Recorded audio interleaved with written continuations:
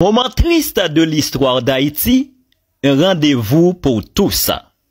Nous voulons vous parler de l'assassinat de l'éminent écrivain Jacques-Stéphane Alexis par les tontons Macoute. Le romancier haïtien Jacques-Stéphane Alexis, auteur de Compère Général Soleil, fut assassiné en avril 1961 à 39 ans par les tontons Macoute. Cet assassinat a eu lieu dans le nord-ouest du pays, près du Mall Saint-Nicolas, probablement du côté de la plage de Bombardopolis. Comment un tel événement a été possible? Jacques-Stéphane Alexis représentait un danger pour Duvalier parce qu'il portait la mobilisation au niveau international et disait la vérité sur ce qui se passait en Haïti.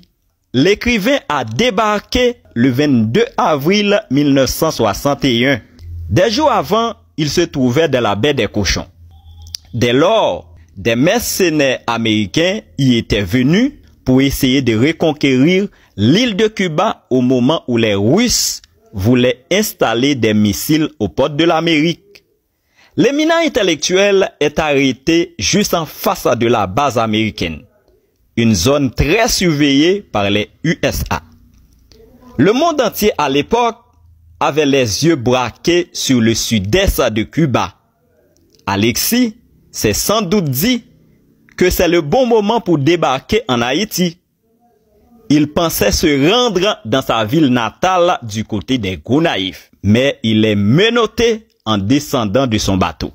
Selon un témoignage, les miliciens qui l'ont intercepté ne savaient pas qui il était.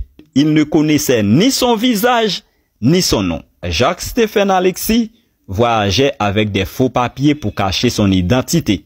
Ce n'est que par la suite qu'il décidait de révéler son nom. Si pour certaines gens, il aurait été fusillé à Fort-Dimanche, pour d'autres, il est mort sans sépulture à cause d'une somme de 20 000 $ encaissée pour la résistance contre le régime.